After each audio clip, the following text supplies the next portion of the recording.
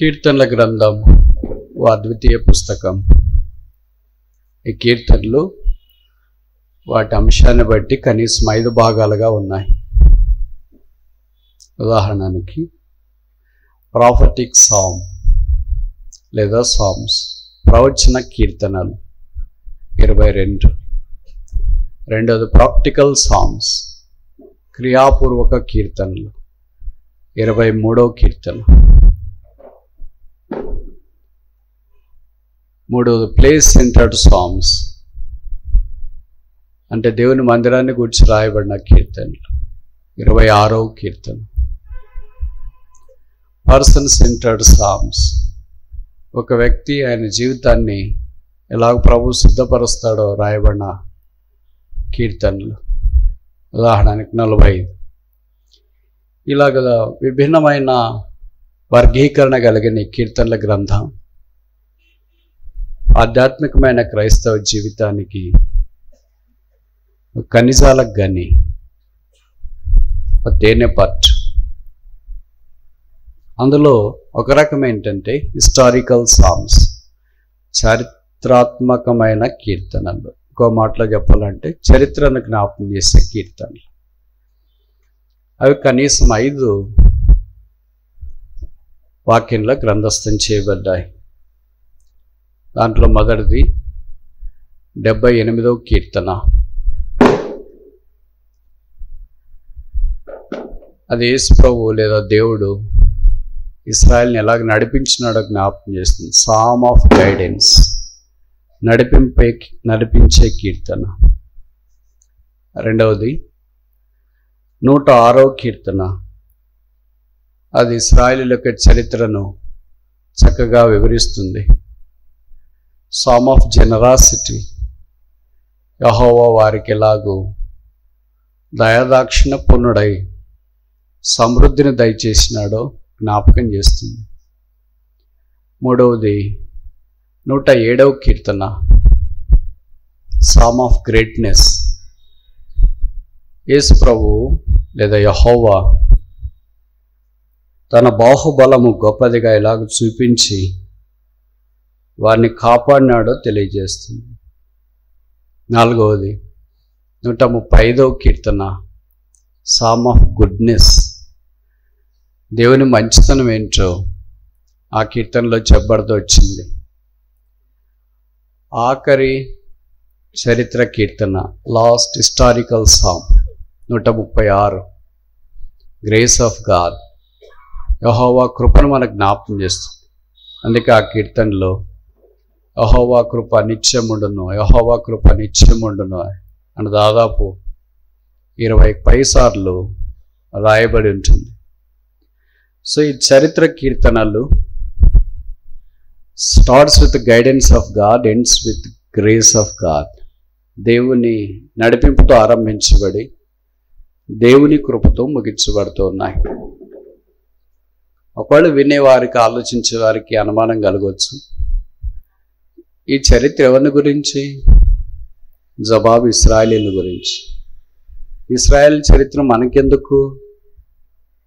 మనం కూడా దాదాపు అదే టైపే కనుక. మేమేమి ఇశ్రాయేలీయులు కాదు కదా. ఇశ్రాయేలీయులు కాకపోయినా అన్యులైనా మనిషి హృదయం ఒకటే. ఎలాంటి వారికైనా, భారతీయులకైనా, ఆసియా వాళ్ళకైనా, అమెరికా వాళ్ళకైనా, యూరోప్ వాళ్ళకైనా, ఎవరికైనా బైబిల్లో రాయబడింది హృదయం మోసకరమైనది, ఘోరమైన వ్యాధి గలది, దాన్ని గ్రహించగలవాడేవాడు. కనుక రక్త మాంసంలో కలిగిన ప్రతి మనిషికి హృదయం ఉంటుంది. హృదయం అంతా ఇదే ఉంటుంది. కనుక బైబిల్లో రాయబడే చరిత్ర మన యొక్క జీవితాన్ని మనకు ఇదిమిద్దంగా జ్ఞాపకం చేస్తుంది. ఇలాంటి హిస్టారికల్ సామ్స్లో, చారిత్రక కీర్తనల్లో 78వ కీర్తన మొదటిది, 136వ కీర్తన ఆఖరిది. ఈ 78వ కీర్తన చాలా విశిష్టమైంది. ఏంటి ఆ విశిష్టత? ఒక 5 కారణాలు నేను మీకు చెప్పడానికి ప్రయత్నం చేస్తా. మొదటి కారణం, this is the longest psalm of historical psalms. చరిత్ర కీర్తనల్లో ఇది చాలా పెద్దది. అంటే దీంట్లో 2 వచనాలు ఉన్నాయి. రెండవది, it is the only psalm that has a superscription of Asa. Asa రాసెను అని చరిత్ర కీర్తనల్లో దీని మీద మాత్రమే కీర్తన పైన రాయబడింది. మిగతా 106లో, 107లో, 135లో, 136లో ఏం సూపర్ స్క్రిప్ట్ లేదు. అంటే కీర్తన పైన దాని గురించిన కొన్ని మాటలు రాస్తారు కదా, 1 లైన్ 2 లైన్లు. అలాంటి వివరణ ఈ చారిత్రాత్మకమైన కీర్తనల్లో దీనికి మాత్రమే ఉంది. మూడవది, ఈ చారిత్రాత్మకమైన కీర్తనలు 5 ఉంటే ఈ కీర్తనకు మాత్రమే ఆసాపు కీర్తన అని చెప్పబడింది. మిగతా కీర్తనలు అనానిమాస్, అంటే మానవ రచయిత తెలియదు. దైవిక రచయిత పరిశుద్ధాత్మ దేవుడు. ఆసాపు అంటే గ్యాదరర్, కలెక్టర్, సమకూర్చువాడు, ప్రోగు చేయువాడు అని అర్థం. ఇప్పుడు ప్రశ్నలు అడుగుతా, జవాబులు చెప్పండి. మనకు 5 ప్రశ్నలు ఉన్నాయి కదా. మొదటి ప్రశ్న, బైబిల్లో ఆసాపులు ఎంతమంది? రెండవ ప్రశ్న, పాత నిబంధనలు ఎంతమంది? మూడవ ప్రశ్న, కొత్త నిబంధనలు ఎంతమంది? నాలుగవ ప్రశ్న, ఈ ఆసాపు ఎన్నో వాడు? ఐదవ ప్రశ్న, ఆఖరి ప్రశ్న, మనము ఈ ఆసాపుల అంటే ఆత్మీయులమా? 4 ప్రశ్నలకు బైబిల్లో జవాబు ఉంది. 5వ ప్రశ్నకు జవాబు మీ దగ్గర ఉంది, నా దగ్గర కూడా ఉంది. మీరు చెప్తే చెప్పవచ్చు, లేదంటే నేనే చెప్తా. 5వ ప్రశ్నకు జవాబు ఏంటంటే మనకు అంత లేదు అని. మొదటి ప్రశ్న, బైబిల్లో ఆసాపులు ఎంతమంది? మూడవ ప్రశ్న, కొత్త నిబంధనలు ఎంతమంది? కొత్త నిబంధనలో ఎందుకో మరి ఆసాపులు కనపడలేదు. ఎవరు పేరు పెట్టుకోవటానికి ఇష్టపడరు. ఇప్పుడు కూడా నేను ఎక్కడైనా కొన్ని సంఘాలు, స్థలాలకు వెళ్ళినప్పుడు ఈ పేరు చాలా అరుదుగా ఎక్కడ విన్నట్లు గుర్తులేదు. ఆశ అనే పేరు విన్నా, రాజైన ఆశ. కానీ ఆసాపు అనే లేవి గోత్రికుని పేరు అరుదుగా మనకు కనిపిస్తుంది. భవిష్యత్తు చాలా ఇష్టం లేదేమో. ట్రై చేయండి, ఎవరికన్నా దంపతులకు కొడుకు పుడితే పేరు పెట్టుకోండి.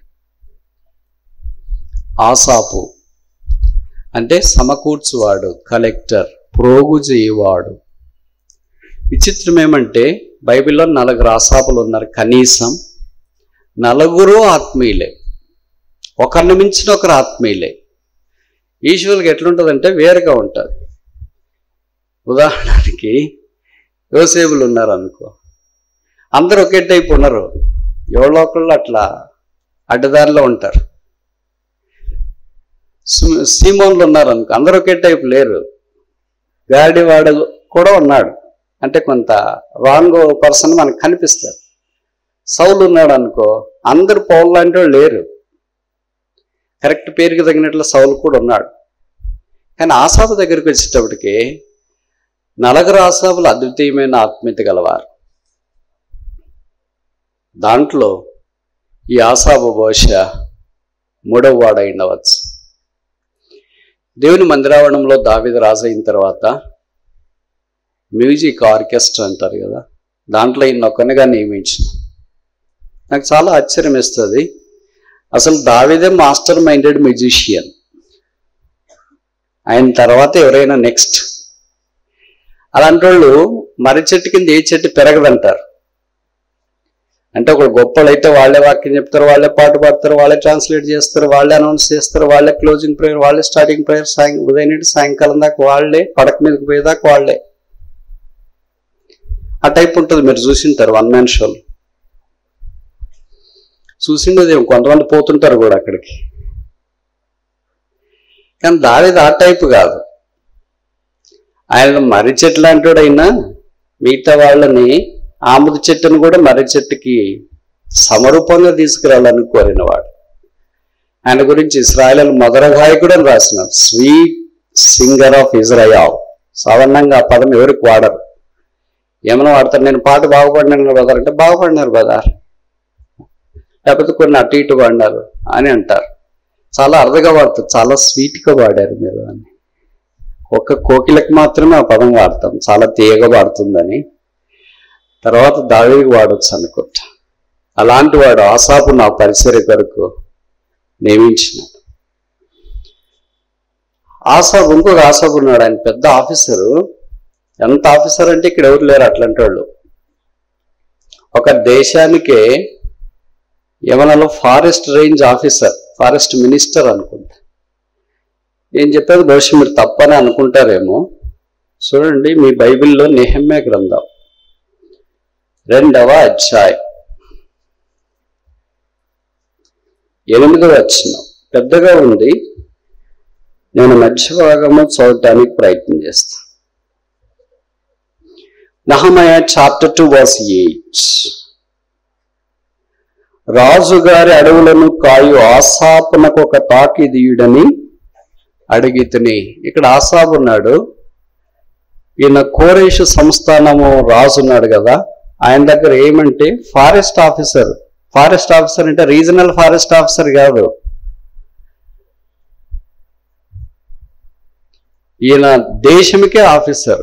అడవులు ఎవరైనా నాటాలా, కొట్టాలా, forestation, afforestation, deforestation, any forestation is the authorized person.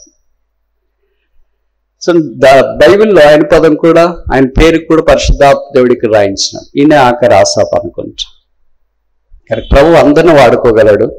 Forest ఆఫీసర్లను వాడుకుంటాడు, మ్యూజిషియన్స్ని వాడుకుంటాడు, ఇతర సామాన్యమైన వ్యక్తులను కూడా, దస్తావేజులు చూచే ఆసాపును కూడా ప్రభు వాడుకుంటాడు. ద్వారపాలకుడైన ఆసాపును కూడా దేవుడు వాడుకుంటాడు.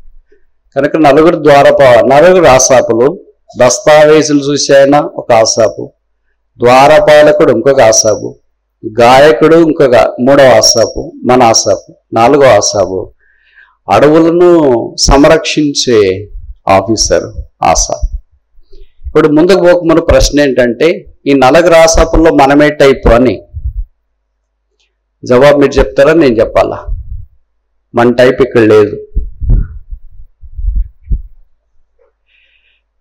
వయసు 4లో ఒక్కడి వల్లే ఉన్నా మనం ఎంత బాగుందో. దస్తావేజులు అంటే వాక్యము, పత్రికలు అన్ని రాయాలంటే ఆయన ఆఫీసర్. ద్వారపాలకుడు అంటే custodian of the house of the lord. దేవుని మందిరం వచ్చేవాళ్ళు పోయేవాళ్ళు వాళ్ళ సంగతి ఏంటి అన్నీ ఆయనే చూసుకునేవాడు. 3వది మ్యూజిషియన్. పాటలన్నీ ఈయన సౌజన్యంలో, సారథ్యంలో జరుగుతాయి. 4వది అడవులు సంరక్షణ బాధ్యతలు అన్ని, పెంపు పోషణ అంతా ఇంకొక ఆసాపులో జరుగుతుంది. ఇలాంటి 4 ఆసాపులలో దేవుడు ఒక ఆసాపును ఈ కీర్తన రాయటానికి వాడుకున్నాడు. ఈయన దేవుడు ఎంత ఆశీర్వదించినాడంటే దాదాపు 12 కీర్తనలు ఈయన రాసినట్లు 150వ కీర్తనలో 150 కీర్తనలు గల కీర్తన గ్రంథంలో మనం చూడవచ్చు. అలాంటి దాంట్లో ఒక కీర్తన 78. ఈ 78వ కీర్తనలో ఇశ్రాయేలు యొక్క చరిత్ర ఆయన దైవికంగా పొందపరచడానికి ఆరంభించిన సంగతి మనకు పరిచయం.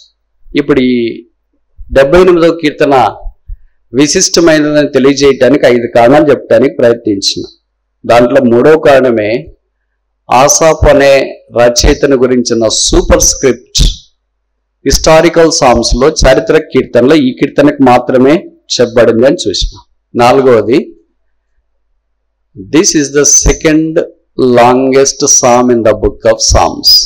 కీర్తన గ్రంథంలో ఈ కీర్తన మాత్రమే 2వ పెద్ద కీర్తన.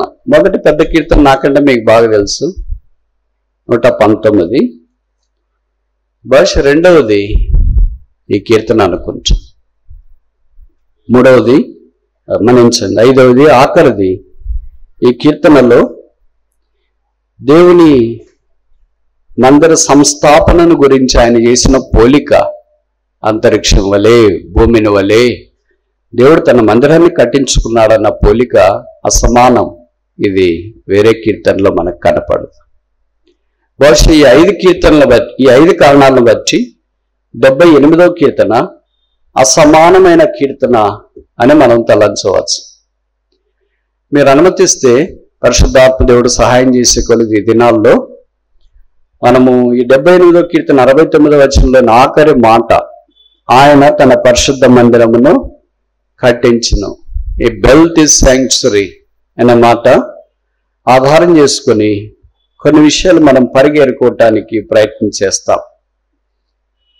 దీంట్లో మొదటిది గాడ్స్ కేర్, దేవుని యొక్క పట్టింపు. దేవుడు మనుషుల విషయమై ఎలా పట్టింపగలిగి ఉన్నాడో ఈ మొదటి సెషన్లో మనం చూడటానికి ప్రయత్నం చేస్తాం.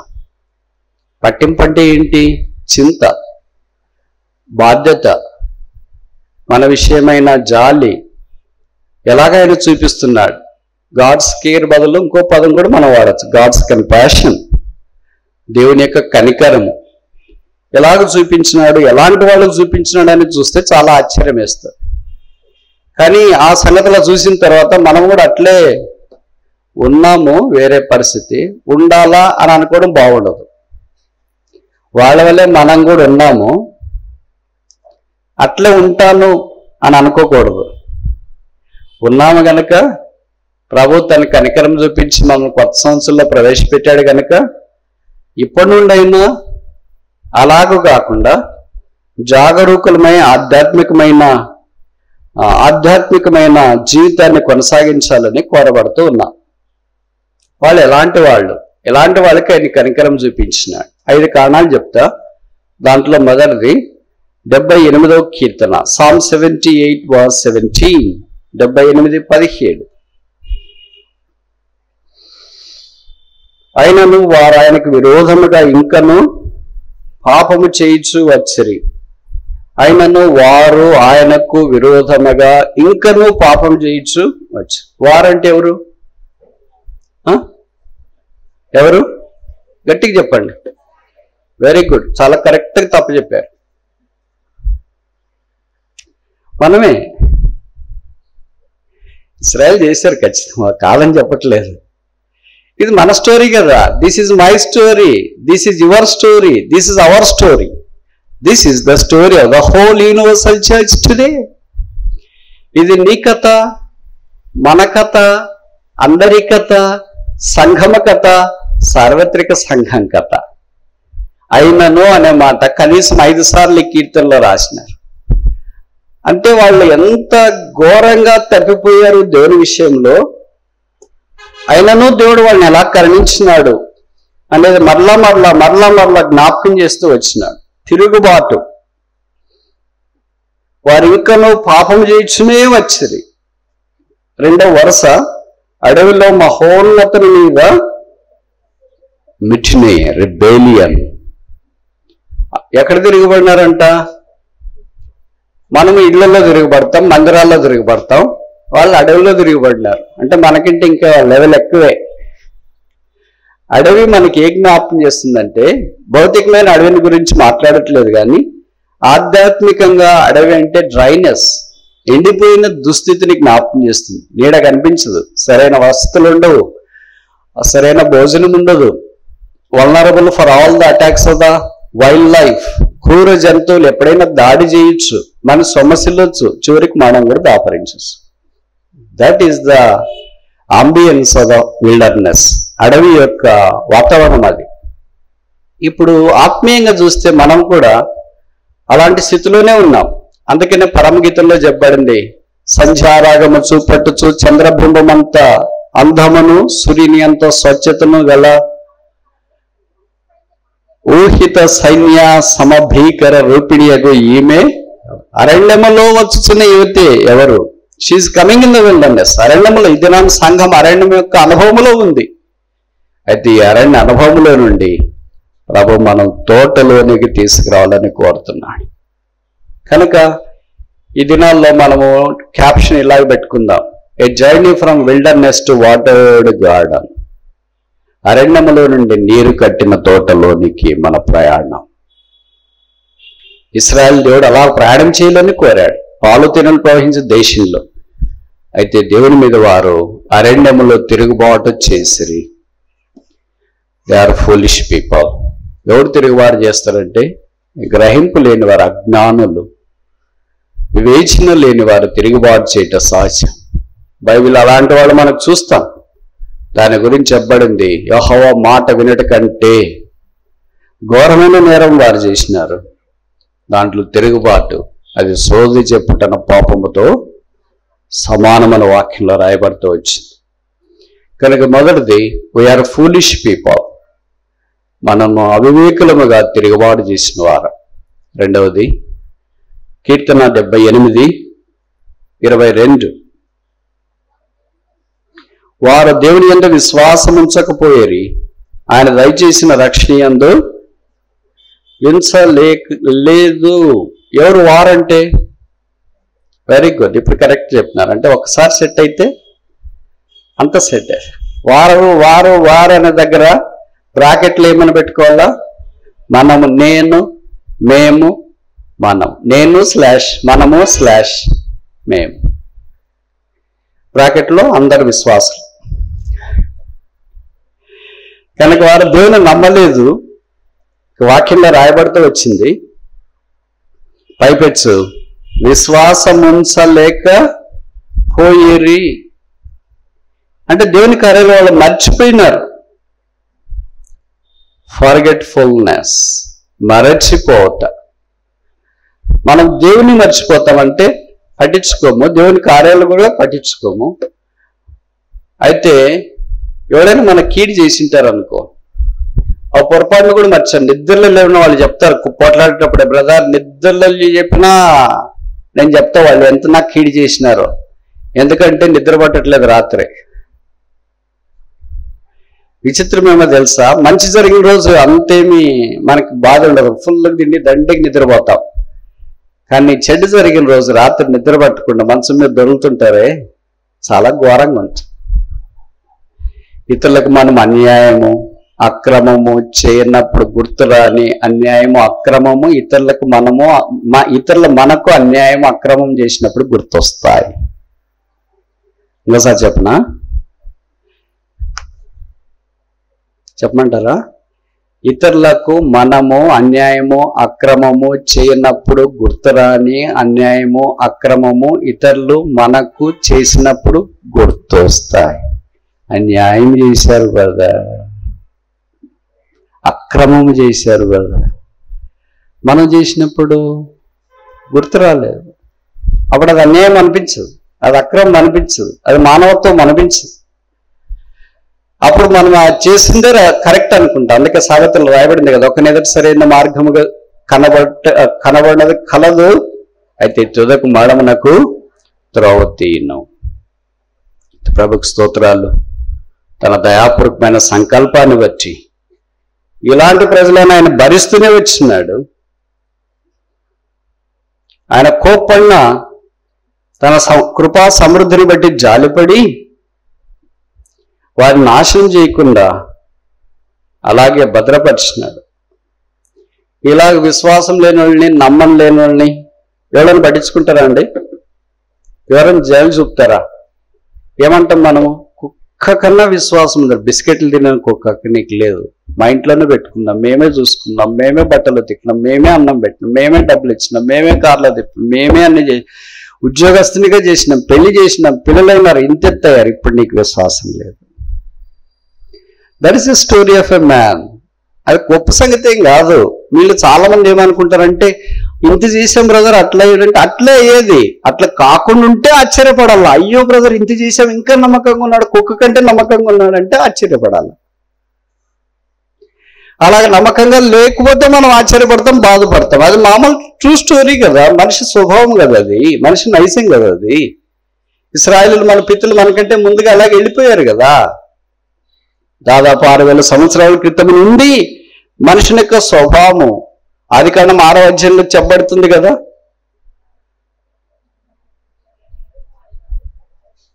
నరుల చెడుతనము భూమి మీద గొప్పదనియు వారి తలంపులలోని ఊహలనియు ఎల్లప్పుడూ కేవలం అంటే ప్యూర్, కేవలం స్వచ్ఛమైన తేనె అంటే ఏమని అర్థం? ప్యూర్ అని. అట్లా ఎల్లప్పుడూ ప్యూర్ ఇంప్యూర్ హార్ట్. ఇంకోసారి చెప్పనా? అపరిశుద్ధతలో ప్యూర్గా ఉంటాడు, ఒక్క అణవంతా కూడా పరిశుద్ధత లేకుండా. అది that is the story of a man even from book of Genesis. ఆది కాండంలో నుండి మనుషుల యొక్క దుస్థితి అలాగే ఉందని వాక్యంలో రాయబడతాச்சு. ఇలాంటి వాళ్ళు మీరు ఎవరైనా దయ చూపిస్తారా? అదే దేవుడు ఏం చేశాడు చూడండి. 68వ కీర్తన, Psalm 68 verse 23, 23.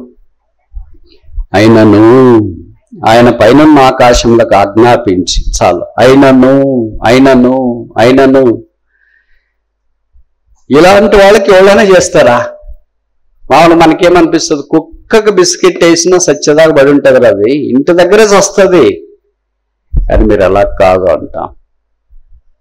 కానీ దేవుడు తప్ప మనల్ని ఎవరు భరిస్తారండి? మీరు ఖచ్చితంగా చెప్పండి. నిజంగా ఎవరు భరించలేరు. భర్తను భార్య, భార్యను భర్త, పిల్లలు తల్లిదండ్రులు పిల్లల్ని, సేవకులు, బోధకులు, కాపర్లు, ఉపదేశకులు, ఎల్డర్స్ని ఎవరు భరించలేరు. ఒకే ఒక్కడే భరిస్తున్నాడు. అనదినము భరిస్తున్నాడు, అనదినము పోషిస్తున్నాడు, అనదినము మేళలతో నింపుతున్నాడు, అనదినము ఆహారం ఇస్తున్నాడు, అనదినము నూతన వాత్సల్యత చూపిస్తున్నాడు, అనదినము కాపు కాస్తున్నాడు, అనదినము పెందలకడే ప్రవక్తలు లేపి తన వాక్యం పంపిస్తున్నాడు, అనదినము భద్రపరుస్తున్నాడు. గాడ్స్ కంపాషన్, దేవుని కనికరం. ఆయన మనల్ని కట్టాలంటే before he can construct us, he has to show compassion on us. ఆయన మనల్ని కట్టక మునుపు, వ్యక్తిగతంగా, కుటుంబంగా, సంఘంగా మన జీవితాలు కట్టక మునుపు మన మీద ఆయన కనికరము చూపిస్తాడు. అదే 78వ కీర్తనలో ఇశ్రాయేలు యొక్క చరిత్రను మనకు జ్ఞాపకం చేస్తుంది. ఇప్పుడు కూడా మనకు అదే స్థితి యథాతథంగా ఉంది. మూడవది 32వ వచనం, 78వ కీర్తన 32, Psalm 78 verse 32. ఇంత జరిగినను, చూడండి ఇవన్నీ మనం రోజు వాడే పదాలు కదా. ఏమని వాడతాం? ఇంత జరిగినా మారవా, ఇంత జరిగినా పాస్ కావా, ఇంత జరిగినా ఇలాగుంటావా, ఇంత జరిగినా కూడా ఇంకింత నా బతుకు. ఎంత జరిగినను, ఎంత ఎంత కేజీఆ, 2 కేజీలా, క్వింటాలా, 2 క్వింటాలా, తొలమా, అరతొలమా, మొయ్యలేనంత జరిగిన, పై వచనాల్లో జరిగిందంత జరిగినను. ఏం రాశారు కింద వరుసలు? ఆయన ఆశ్చర్యకార్యములను బట్టి ఆయనను నమ్మకొనకపోయిరి. కాబట్టి సరే, ఆయన కార్యములను వారు నమ్మలేదు. This is the failure to the core. వారి జీవితంలో పతనానికి పరాకాష్ట. మన పరిస్థితి కూడా దాదాపు ఇదే. ఇంత జరిగినను ఇప్పుడైనా మారుతారా? తెలుగులో ఒక సామెత ఉంది కదా, నేను చెప్తుంటే ఇప్పుడు కూడా చెప్తా, పోయినసారి కూడా చెప్పింటా. ఎలక తోక తెచ్చి ఏడాది ఉతికినా నలుపు నలుపే కానీ తెలుపుగా.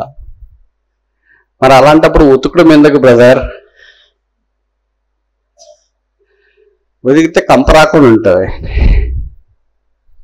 కొద్దిగా ఉన్న స్థితిలో ఉంటుంది అని, మరీ పాడుగాకుండా ఉంటుంది అని. ఉతకటానికి 3 రోజులు పరిశుద్ధాత్మ దేవుడు మనకి ఏర్పాటు చేస్తాడు చాకరేవి దగ్గర. సంఘం ఆయన చాకరేవి, వాక్యం ఆయన ఉదక స్నానము కనుక ఆయన ఉతికేవాడు. మనందరిని ఎక్కడ ఎలా ఉతికినా 3 రోజుల తర్వాత ఇంటికి పోతే ఇంట్లో ఫస్ట్ కామెంట్ మనల్ని గురించి చేసేది, 3 రోజులు మీటింగ్ పోయినాం, ఇసుమంతా కూడా మారలేవే. అంత కరెక్ట్గా ఎట్లా చెప్తున్నారు బ్రదర్? 20 ఏళ్ళ నుండి చూస్తున్నాం బ్రదర్. సో 3 విషయాలు చూసినాం మనము. మొదటిది ఫులిష్నెస్, బుద్ధిహీనత. రెండవది ఫాగెట్ఫుల్నెస్, మరిచిపోవట. అందుకే దావీదు అన్నాడు కదా ప్రాణంతో 103వ కీర్తనలో మొదటి 2 వచనాలు అనుకుంటా, ఆయన చేసిన ఉపకారములలో మర్చిపోతే చాలా ప్రమాదం ఉంది. అందుకే దేవుణ్ణి మర్చిపోకూడదు. మిగతావన్నీ మర్చిపోయినా అంటే అపాయాలు, కీడులు, అనర్థాలు, ఆటంకాలు, దేవుని ఆశీర్వాదం మర్చిపోకుండా జ్ఞాపకం ఉంచుకోవాలని కోరబడుతున్నా. 4వ చూస్తామా? 78వ కీర్తన, Psalm 78 verse 41. 78వ కీర్తన 41వ వచనం. మాటి మాటికి, చూడండి ఇవన్నీ మన పదాలే కదా, రోజు వాడేది ఇది. మాటి మాటికి అడుగుతావురా, మాటి మాటికి ఇలాగ చెప్తారు, మాటి మాటికి ఇలాగ చెప్తావు. రోజు వాడే పదాలు పరిశుద్ధాత్మ దేవుడు మన జీవన శైలిని, పొరపాట్లను ఎంత అందంగా ఈ కీర్తనలో చిత్రీకరించినాడో. ఇదొక నిలువెత్తటి డ్రెస్సింగ్ టేబుల్. మనకి డ్రెస్సింగ్ టేబుల్ దగ్గరకు వచ్చి ఎలాగొచ్చినారో అలాగే ఎవరు ఓరు. ఎవరన్నా అలాంటి వాళ్ళు ఉంటే డ్రెస్సింగ్ టేబుల్ తీసేయచ్చు. డ్రెస్సింగ్ టేబుల్కి ఎలాగొచ్చినారో పోయేటప్పుడు అలాగే పోయేవాళ్ళు ఎవరైనా ఉన్నారా? ఎవరు పోరు. దాని తర్వాత ఇంకా మేకప్ ఫ్రెష్ కావడమా, తాజా కావడమా, ఇంకేదో చాలా ఎవరికి టయాన్ని బట్టి, వనరులను బట్టి, పరిస్థితులను బట్టి, వెళ్ళే స్థలాన్ని బట్టి, మందిరానికంటే ఒక రకమైన తయారు, ఫంక్షన్స్ కంటే ఒక రకము, పార్టీల కంటే ఒక రకము, రకరకాలుగా వెళ్ళేవాళ్ళు ఉంటారు. ఎప్పుడు ఒకే రకం వెళ్ళేవాళ్ళు చాలా అరుదుగా ఉంటారు. యేసుప్రభు లాంటి వాళ్ళు, భక్సింగ్ గారు లాంటి వాళ్ళు. మిగతా మన టైప్ అట్లు కాదు, మారుతూనే ఉంచు. అందుకే వాక్యంలో రాయబడుతూ వచ్చింది, వారు మాటికి దేవునిని శోధించి, టెంప్టింగ్ బిలీవర్స్. విశ్వాసాలు 5 రకాలు. మొదటి రకం ఏంటి? టెస్టింగ్ బిలీవర్స్, పరీక్షించే విశ్వాసం. వాళ్ళు ముందే చెప్తారు మనకి, ఏదో ఒక మాట అడిగి మనం అది చెప్పకపోతే, నేను పరీక్షించాలని మాట అడిగాను అంటారు. వాళ్ళు పరీక్షించాలంటే వాళ్ళు అంత ఇంత క్వాలిటీ, అదేంటి ఎలిజిబిలిటీ ఉండాలి కదా. ఇప్పుడు మనం కంటి డాక్టర్ దగ్గరికి వెళ్ళాము, కంటి డాక్టర్ పరీక్షిస్తాడు. దారిమ్మడి పోయే వాళ్ళందరికీ మన కళ్ళు చూపించి నన్ను పరీక్షించండి అంటే కుదురుతుందా? అంటే పరీక్షించాలంటే నీ క్రెడిబిలిటీ అనేది ఉండాలి. వాళ్ళకి అట్లేం ఉండదు. కనుక వాళ్ళు టెస్టింగ్ బిలీవర్స్, పరీక్షించే విశ్వాసం. రెండవ రకం ఏంటంటే టెంప్టింగ్ బిలీవర్స్, శోధించే విశ్వాసం. దేవుణ్ణే శోధించిన మనం వదులుతారా వాళ్ళ పనే శోధకుడు. అంటే సైతానికి వాళ్ళు ఏంటంటే కౌల పిల్లలు, సిబ్లింగ్స్ అంటారు. సిబ్లింగ్స్ అంటే తెలుసా మీకు? తోబుట్టువులు. మీ అన్న, తమ్ముడు, చెల్లి, అక్క అంటారు కదా. అట్లా కొంతమంది ఈ పని చేస్తూనే ఉంటారు, శోధించుట. మొదటిది టెస్టింగ్, రెండవది టెంప్టింగ్, మూడవది ట్రబులింగ్ పీపుల్. కష్టాలు కలిగిస్తూనే ఉంటారు, కావాలనే చేస్తారు. అది వాళ్ళకి సరదా, సాడిజం. ఒక మనిషి బతుకుతున్నాడో బతకనియచ్చు కదా, అట్లా వాళ్ళకి అనిపించదు. వాళ్ళంత ప్రశాంతంగా ఎందుకు బతకాలా? నా వల్లే బాధపడాలా, నా వల్ల ఇబ్బంది పడాలి. నువ్వు ఎలాగో పాడైపోయి కంపు బట్టి ఇక పూర్తి కండెమ్ అయిపోయినావు, ట్రాష్. వేరే వాళ్ళైనా బాగా బతకొచ్చు కదా, అని అలాగ బతకనీయటానికి ఇష్టపడి. నేను విశ్వాసుల గురించి మాట్లాడితే నా విశ్వాసుల గురించి కానే కాదు, ఇది కేవలము మన కొరకే. కనుక వీళ్ళు ట్రబులింగ్ పీపుల్, మనల్ని కష్టపెట్టే వాళ్ళుగా మనకు కనిపిస్తూ ఉంటారు.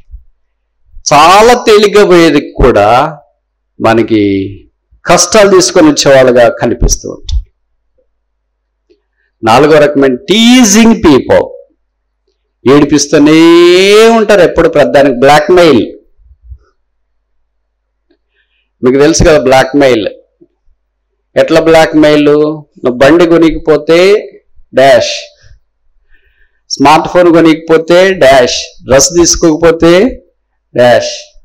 ఇంట్లో పిల్లలు, యవనస్తులు, ఇరుగు పొరకు కూడా బ్లాక్మెయిల్ చేసేవాళ్ళు సాధారణంగా మనకు కనిపిస్తూ ఉంటారు. వీళ్ళు ఎన్నో రకం? నాలుగో రకం. వీళ్ళ పేర్లు ఏంటి? Teasing people. ఇప్పటిదాకా ఎన్ని రకాలు చూసాం? 4 రకాలు చూసాం. ప్రభుకు స్తోత్రాలు.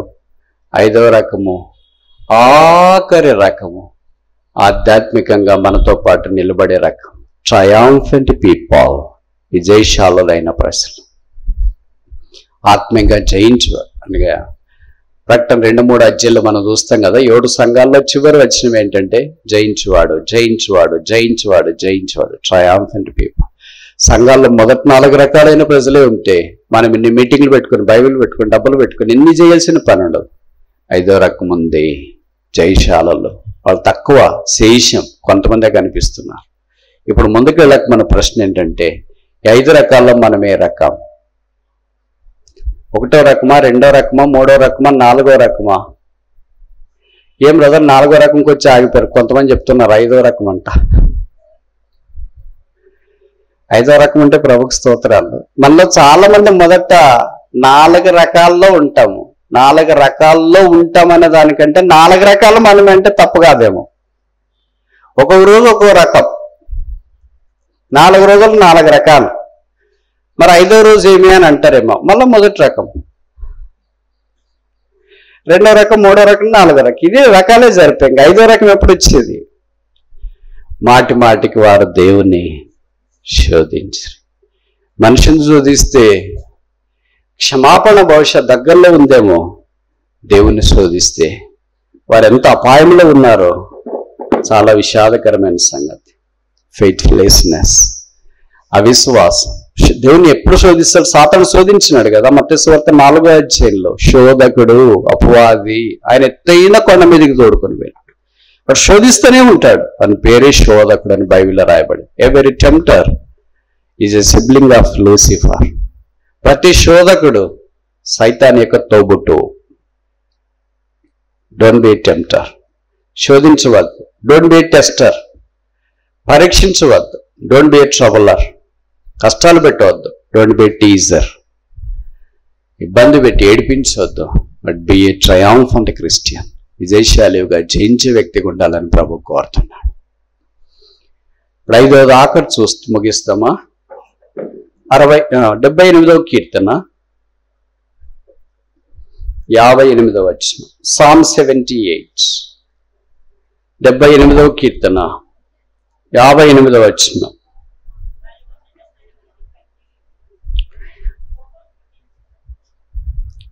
చదవండి. ఆ వచనం మీరే చదవాలి, ఎందుకంటే మైక్లో చదివితే బాగుండదు.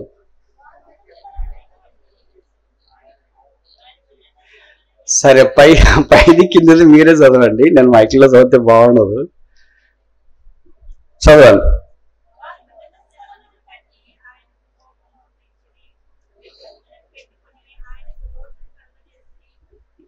ఫ్లాస్ ఆఫ్ ద పీపుల్, ఇశ్రాయేలు పొరపాట్లు. ఇది దేవునికి చాలా ఇష్టమైన పాపం. అయితే విషాదకరమైన సంగతి, నిర్గమకాండం 32వ అధ్యాయంలో చూస్తే ఇశ్రాయేలీలు ఇదే దూడను ఒకటి తయారు చేసుకొని ఇశ్రాయేలు నుండి బయటికి తీసుకొని వచ్చింది నీవే. ఆయన తినటకునో తాగుటకునో కూర్చుండి ఆడుటకు లేచిరి. బైబిల్లో రాయబడిన దేవారు నేకెడ్, వారు దిగంబర్లుగా ఉండరు. It was the first naked pub in the human history. మానవ చరిత్రలో మొదటి దిగంబర పబ్ అదే. అలాగే ఇశ్రాయేలీలు దేవుని దృష్టికి అసహ్యముగా ప్రవర్తించారు. చాలా సందర్భాల్లో మనం భౌతికంగా ఈ పని చేయకపోయినా మనకుండే విగ్రహాలు మనకుంటాయి. డబ్బు కొంతమందికి విగ్రహము, కారు కొంతమందికి విగ్రహము, అమ్మ కొంతమందికి విగ్రహం, నాయన కొంతమందికి విగ్రహం, తండ్రి కొంతమందికి విగ్రహం, తల్లి కొంతమందికి విగ్రహం, కొడుకు కొంతమందికి విగ్రహం, కూతురు కొంతమందికి విగ్రహం. చాలా మందికి ఉండే విగ్రహం చెప్పమంటారా? మీరు చెప్తారా? చాలా మందికి. నాకు లేదు. అబ్బా, అంత కరెక్ట్గా ఎట్లా చెప్పారు సిస్టర్? స్మార్ట్ ఫోన్, చాలా మందికి ఉండే విగ్రహం స్మార్ట్ ఫోన్. అంత కరెక్ట్గా మీరు ఆన్సర్ చెప్తున్నారంటే మీరు కూడా మీటింగ్ పెట్టవచ్చు. చాలా మందికి అదొక విగ్రహం. చూడండి, మీరు మామూలు ఊహించుకోండి. ఎప్పుడైనా మీ దగ్గర బైబిల్ కనపడలేదు అనుకో, మీకేం ఫీలింగ్ ఉండదు. అడుగుతారు పక్కన వాళ్ళని, ఎందుకు నీకు బైబిల్ పెట్టింటే కనిపించలేదని. ఎదగదాం లేక వెళ్ళేలాగా దొరుకుతుంది అని అంటే సరేలే అనుకోవచ్చు. బ్యాగ్ కనిపించలేదు, అయ్యో బ్యాగ్ కనిపించలేదా, దాంట్లో డబ్బులు పెట్టేసి ఛార్జీకి ఎట్లా అని. పర్లేదు, లెక్క దొరకపోతే నేను ఛార్జ్ ఇస్తానులేండి అని అంట. ఇంక ఇలాగ చిన్న చిన్న కర్షిప్ అది ఇది ఎందుకు పోయినా ఏమనిపించదు. పొరపాటున మొబైల్ ఫోన్ పోయినట్లు తెలిసింది అనుకో, గుండె జల్లు అవుతుంది, ప్రాణం పోయినట్లయితుంది, వెంట్రుకలు నిక్కబడుచుకుంటాయి, ఇంకా చెమటలు పడితే వాళ్ళకి ఆల్మోస్ట్. మీరు చూడండి పోయిన వాళ్ళని, వాళ్ళ క్లాస్మేట్లో జూనియర్స్ సీనియర్స్ ఎరుగో పొరుగో అమ్మో అక్క ఎవరో తీసుకుని పక్కన పెట్టింటారు, తర్వాత ఇస్తాంలే అని. వాళ్ళని ఇష్టపూర్వకంగా ఏదో ఏడిపించాలనే తీసుకున్నారు. పొరపాటు జరిగింటుంది, లేకపోతే కావాలనే పక్కన పెట్టింటారు, తర్వాత ఇస్తామని. అది మనకు పోయినట్లు అని అనిపిస్తేనే, ఏమీ లేకపోయినా చేతిలో బైబిల్ లేకపోయినా ఏమనిపించదు, కానీ చేతిలో మొబైల్ లేకపోతే అదొక వెల్తిగా అనిపిస్తుంది అంట. కొంతమంది చెప్తారు బయటికి వెళ్ళేటప్పుడు, మొబైల్ ఎందుకు, ఇద్దరు పోతున్నారు కదా ఒకటి సరిపోతుందంటే, ఇది లేకపోతే వెల్తి అనిపిస్తుంది కదా. అంటే ఎంత అడిక్ట్ అయ్యాం చూడు, ఏదో దానికి లోబడిపోయాం. దాని అవసరం ఉండొచ్చు, నేను కాదని చెప్పను, దాన్ని వాడుతుండవచ్చు కాదని చెప్పను, కానీ వాడుతుంటే అవసరం ఉన్నంత మాత్రాన అది అంత ప్రాణప్రయమైపోయిందా? అంటే ప్రాణానికి ప్రేమైనవి ఏవో దాంట్లో చాలా ఉన్నాయి. డేటా ఉండొచ్చు, ఆధార్ కార్డు ఉండొచ్చు, పాన్ కార్డు ఉండొచ్చు, పట్టాలు ఉండొచ్చు, పాస్పోర్ట్ ఉండొచ్చు, డబ్బులు ఉండొచ్చు, ఫోటోలు ఉండొచ్చు, డాష్. వారు వాటిని ఉంచుకొని యెహోవాకు విరోధముగా పాపం చేశారు. ఇప్పుడు సంగతి ఏంటంటే ఇదన్నీ పరిస్థితుల్లో ఇప్పటిదాకా 5 చెప్పాను కదా. మొదటిది ఏంటి? ఫూలిష్నెస్, అవివేకము. రెండవది ఏంటి? ఫర్గెట్ఫుల్నెస్, మరిచిపోవట. మూడవది ఏంటి? ఫెయిల్యూర్, పతనము, ఓటమి. నాలుగవది ఫెయిత్లెస్నెస్, అవిశ్వాసముతో ఉండుట, విశ్వాసము లేకపోవట. ఐదవది ఆఖరిది ఫ్లాస్, పొరపాట్లు, మడతలు, దాగులు, మచ్చలు. ఈ పరిస్థితులన్నీ వాడుకున్న ప్రభు ఏం చేశాడంటే, నేను ఇందాక చెప్పాను కదా, ఆయనను 5 సార్లు రాసినారు. చూడండి 17వ వచనం, Psalm 78:17. అయినను వారు ఆయనకు విరోధం. అయినను, ఇంకను. ప్రభుదేవ నేచర్ ఏంటి? గాడ్స్ నేచర్ ఏంటి? అయినను. మ్యాన్స్ నేచర్ ఏంటి? మనుషుల స్వభావం ఏంటి?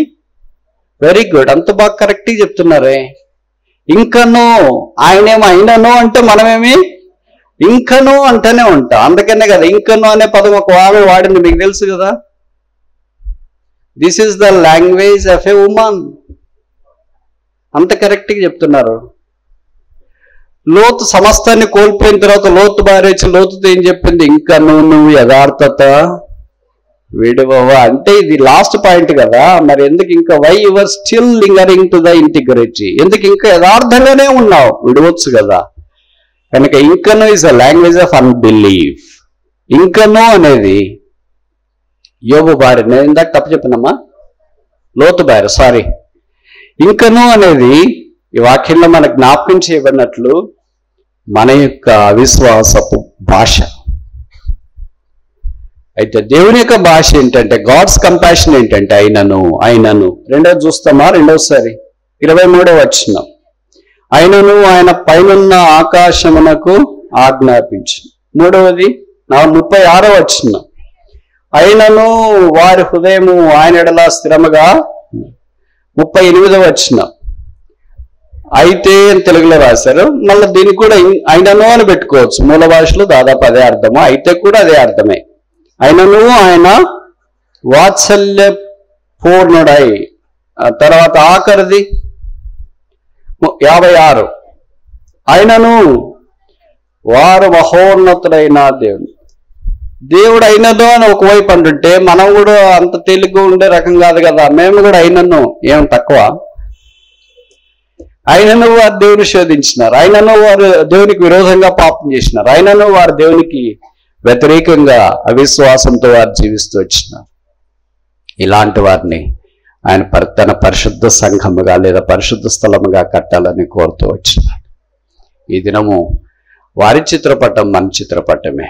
మనల్ని కూడా ప్రభు తన పరిశుద్ధ స్థలముగా, సంఘముగా, కొత్త నిబంధనలో పరిశుద్ధ స్థలం అంటే సంఘము, చర్చ్ అని మనం అర్థం చేసుకోవాలి. కనుక ఆత్మ సంబంధమైన సంఘముగా ఆయన మనల్ని కూడా కడుతూ ఉన్నాడు.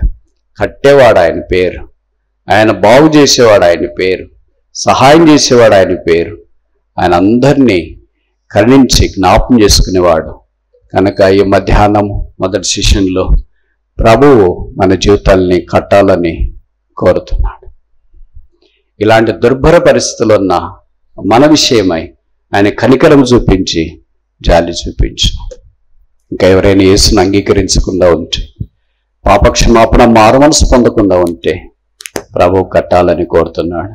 ప్రభువా నన్ను కూడా కట్టు, నేను ఇంకనూ పాపం చేస్తాను, ఇంకనూ అవిధేయతలో ఉంచు, ఇంకనూ అవివేకంతో ఉంచు, ఇంకనూ శోధిస్తూ వస్తాను.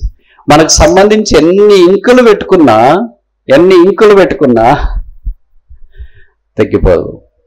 ఇంకనో ఆయనకు సంబంధించి ఎన్ని అయినను పెట్టుకున్నా ఆయన కనికరం, హిస్ కంపాషన్ నెవర్ ఫెయిల్స్. ఆయన కరకం తప్పదు. అందుకే కాలము సంపూర్ణమైనప్పుడు ఆ యేసు ప్రభు మానవాకారాన్ని భూమి మీదకి దిగి వచ్చినాడు.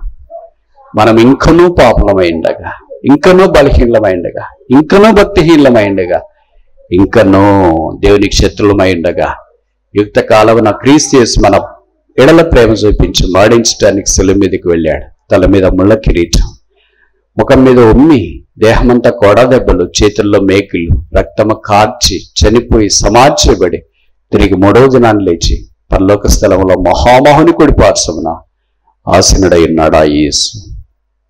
ఆయన మనల్ని ఇంకా కట్టాలని కోరుతున్నాడు, ఇంకా బాగు చేయాలని కోరుతున్నాడు, ఇంకా సరి చేయాలని కోరుతున్నాడు.